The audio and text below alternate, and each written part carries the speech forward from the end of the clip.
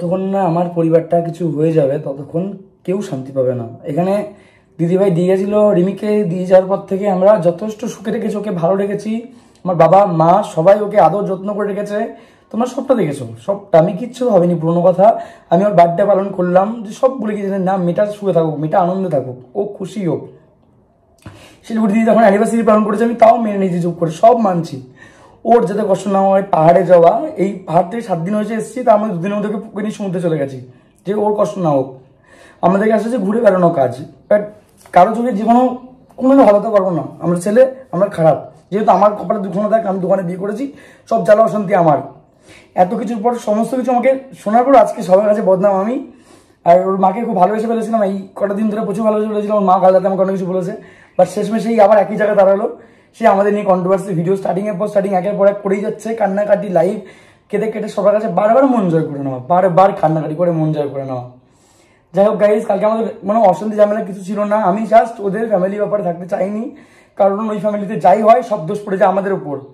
যা আমি বলেছিলাম রিমিকে, যে আমাদের যা ফ্যামিলি প্রবলেম হবে সমস্ত কিছু আমি প্রোটেক্ট করবো ওকে। কিন্তু ওর ফ্যামিলিতে যেভাবে প্রবলেমটা শুরু হয়েছে, সেখান থেকে ওর মাই আমাকে বলেছিল, রিমির মা আমাকে বলেছিল তুমি আমাদের সরে যাও, তুমি আমাদের থাকবে না, তোমাকে নিয়ে সবাই পড়েছে, তোমাদের অ্যাড নিয়ে পড়েছে, আমি সেখান থেকে সরে যাবো, তুমি তোমার ভাই দিতাম, তুমি সরে যাও। মা আমাকে বলেছিল, সেই কথাগুলো আমি লাইভে বলেছিলাম। সেই কথাগুলো আমার ভারী অন্যায় হয়ে গেছে, প্রচুর বড় অন্যায় হয়ে গেছে।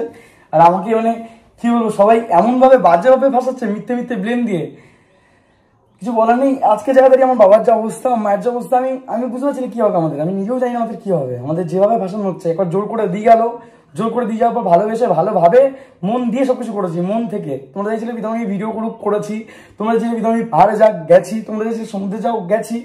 আর যারা যারা একটু আগে বললো না যে ও চেয়েছে বলে, আমাদের বাড়িতে যা অশান্তি হয়েছে কাল সারা রাত, যে কিভাবে অশান্তি হয়েছে তোমরা কেউ জানো না, যে আমাদের কি ফেস করতে হয়েছে। যেটা আমরা জানি, যার বাড়িতে হয় তারাই ফিল করতে পারে, এছাড়া কেউ জানে না যে কি ঘটছে। আর ফিল করছে আমার পাড়ার লোক। প্রমাণ যেখানে যদি আমার প্রাণ থেকে থাকে, আমার প্রাণ থেকে প্রমাণ যেখানে দাও, তো প্রমাণ আমি দেবই। যে যত মিথ্যা লটাক মিথ্যা দিচ্ছে, তো মিথ্যা দিয়ে আমার নামে আবার একটা কেস করেছে, আরো 10টা কেস করবে, তো আরো আজয় ফাঁসবো, আরো জীবন নষ্ট হবে। আর তো কিছু হবে না, কাউকে তো মারিনি, ওকে তো মেরে ফেলিনি, কাউকে চুরি ডাকাত তো করিনি। বাড়িতে বসে কাউকে ঘোরাচ্ছি ফেরাচ্ছি হচ্ছে, তাতেই হচ্ছে না কারো, তারপরেও আমাদের নামে ব্লেমের প্রবলেম, প্রতিটা বার এই ব্লেম। এই জন্য আমি এই লাস্ট বারের জন্য নিতে চাইনি, জোর করে নিতে চাইনি। আমি জানতাম 2 মাস পরে সেম ঘটনা ঘটবে। ওর মা আমাকে হাতে পায়ে ধরেছিল, আমি তখনও বারবার করে বলেছিলাম, মামনি তুমি আজকে এরকম করছো, 2 মাস পর সেই একই কেস হবে, তুমি উল্টো গালাগাল দেবে, তুমি আমাকে গালাগাল দেবে, তোমরা আবার সোশ্যাল মিডিয়া খুলে উল্টো পাল্টা বসে যাবে। সেই হলো, সোশ্যাল মিডিয়া খুলে আবার সব উল্টো, ওই কি মুন থেকে শুরু করে সবাই এক এক করে সোশ্যাল মিডিয়া খুলে আমাদের নিয়ে বদনাম করা শুরু করে দিল। কারণ আমি বলতে চাই না, কারো ব্যাপারে থাকতে চাই না, নিজের মতো ব্লগ করে বেড়াচ্ছি, নিজের মতো ট্রাভেল করে বেড়াচ্ছি, যাতে শান্তি থাকুক, রিমির মুড ফ্রেশ থাকুক, রিমির যাতে মন খারাপ না করে। ওর মায়ের সাথে অল টাইম কথা বলতে বলি, যে মামনিকে কথা বলো, মামনিকে ডাকো। আমার আগের দিনও তো বেড়ে গেছে, তো রিমির মন ভালো থাকে, যে ওর মামনির সাথে দেখা করলে ওর মন ভালো থাকবে, যে ওখানে ঘুরতে গেলে ওর মন ফ্রেশ থাকবে, সমুদ্রে ঘুরতে গেলে মন ফ্রেশ থাকবে, সবসময় ঘুরে ঘুরে বেড়ালে মন ফ্রেশ থাকবে। এই কারণে যেটুকু বাড়ি ঘুরি রাখার চেষ্টা করি, ভালোভাবে রাখার চেষ্টা করি। বাট আমাদের কপালটাই খারাপ, আমরা খারাপ, আমরা দোষী, সবাই ভালো, তোমাদেরকে জানাচ্ছি, হাত জোর করে জানাচ্ছি। পরিবারের সবাই ভালো, প্রীতমরা খারাপ, জঘন্য। প্রীতম আমরা এই জ্বালা নিতে পারছি না। আমার বাবার সুগার ছিল না, হাই সুগার হয়ে গেছে, আমার বাবা রাস্তায় বেরোতে পারে না, লজ্জা মুখ দেখাতে পারে না, আমার মাও তাই, আমরাও তাই। আমরা প্রচন্ড খারাপ, আমরা সবকিছু দোষ আমাদের, সব দোষ বাড়িতে যেভাবে প্রেশার আমরা বুক করতে হচ্ছি, সবকিছু করে আমি জাস্ট কালকে বলছি আমি থাকবো না কার ব্যাপারে, সেটা আমার সবচেয়ে বড় দোষ হয়ে গেছে, যে আমি কেন থাকবো না, ও আমার ব্যাপারে থাকে। আমি তো এটাও ওকে বলেছি যে আমার পরিবার থেকে যা হবে আমি থাকবো, কিন্তু আর কারো পরিবারের ব্যাপারে থাকবো না, প্লিজ কেউ ফোন করে নেই এই মুহূর্তে। যাই হোক, সব জ্বালা আমাদের ভুগতে হবে, ভগবান কোন দিকে আমাদের আমি নিজেও জানি না। অনেক জ্বালা এই 2 বছর ধরে ভুগছি, এই 2 বছর ধরে কন্ট্রোভার্সিটা করেই যাবে। অ্যান্ড করছে অন্য জনে, ফার্স্টে প্রীতম দেব না, যাই হচ্ছে সব প্রীতমের জন্য রাগনটা হয়। প্রীতম নিজের মতো ঘুরতে ভালোবাসে, শান্তি থাকতে ভালোবাসে, ফ্যামিলিকে নিয়ে একসাথে রেখে থাকতে ভালোবাসে। প্রীতম ডিভোর্স চায়নি, এবার প্রীতম ডিভোর্স চায়নি, প্রীতম শান্তি থাকতে চেয়েছিল। বাট যেখানে এইভাবে অশান্তি দিনের পর দিন এইভাবে কখনো হয় না। আর ফার্স্ট এই সমস্যাটা শুরু ছিল ভিডিও করা নিয়ে। ওকে জাস্ট বলেছিলাম ভিডিও করো, তুমি ভিডিও করো, আমরা ট্রাভেল করতে যাও, তুমি যাবে তো? কারণ আমি 1000বার করে বলি ভিডিওগুলো ছাড়ার পর, মানে আমার যে প্রমোশনে যাই, আসার পর ভিডিও ছাড়ার কথা বলি, ছাড়ে না। মুখ আমার ব্যথা ধরে যায়, আমার মায়ের ছাড়ো তুমি ছাড়ো, তোমার অ্যাকাউন্টটা চলবে, তোমার সাবস্ক্রাইবার তোমাকে ভালোবাসে, তাও তোমাকে দেখতে পাবে, তুমি ভিডিওগুলো ছাড়ো বলে আমাদের মুখ ব্যথা হয়ে গেছে। তারপরে ওরা ছাড়েনি। ছাড়ার পর মাকে আমি 2 দিন জানাই, মা বললো হ্যাঁ ও ঠিক করছে না, মা ওকে বোঝায়, মনকে বোঝায়। আমি খুব ভালোবেসেছিলাম মাকে মনকে, যে ও মেয়েকে বোঝাচ্ছে হ্যাঁ তুমি করো, সংসারে তো দায়িত্ব নিতে হবে, দুজনকে কাজ করতে হয়, তুমি সামথিং ভিডিও ছাড়ছো কেন, ছাড়ছো না। বোঝালো, কালকেই এই ভিডিও নিয়ে স্টার্ট হয় বাড়িতে, আমাকে ভিডিও ছাড়তে বলি, ও বলে ছাড়বে না। আমি তো বললাম আমার নেক্সট কাজ আছে পাহাড়ে, তাহলে তোমার লিঙ্কে পাঠাবো, বলে পাঠাতে হবে না, আমি একা থাকবো, এই নিয়ে স্টার্ট। একটা মানুষের বাড়িতে গিয়ে থাকতে খেতে ঘুরতে কে ভালোবাসে না? কোন পরিবারের বাড়ির লোক ভালোবাসে না যে থাকবে খাবে আর ঘুরবে? কে ভালোবাসে না? হয়তো আর তো কোনো কেউ নেই, ভাই বোন কেউ নেই, সারাদিন থাকা খাওয়া ঘোরা, এই নিয়ে অশান্তি স্টার্ট। ওর মাকে অনেক বোঝায়, প্রত্যেকটা প্রমাণ আমি জায়গা মতো দেবো। আজকে যেভাবে আমাকে আমি মিথ্যে ব্লেম দিচ্ছে, মিথ্যে ভাসাচ্ছে, জায়গা মতো প্রতিটি প্রমাণ দেবো। শুধু তোমরা একটু ভেবে আমার বাবা মা সুস্থ থাকে, আমি তাদেরকে বাঁচিয়ে রাখতে পারি। যেভাবে মেন্টালি যে টর্চার দেওয়া হচ্ছে আমাদেরকে, আমি পাগল হয়েছে, আমার জাস্ট পাগল। এক্ষুনি বলে কোর্টে যাবো, কোর্টে নিয়ে গেলাম ওকে, ও জোর করে আমি যাবোই। কালকে রাতেবেলা দিদিকে ফোন করেছে, ওই দিদিকে ওই রাতের বেলা ওর মা অনেকবার বারণ করেছে ফোন করার জন্য, ওর মা প্রচুর বারণ করেছে। আবার যেই মহিলাকে এতদিন এইসব বললি তাকে ফোন করিস না, তারপরে দিদিকে সে রাতের বেলায় ফোন করেছে, ওই রাতের বেলায় আমাকে ফাঁসাবে বলে বাজেভাবে।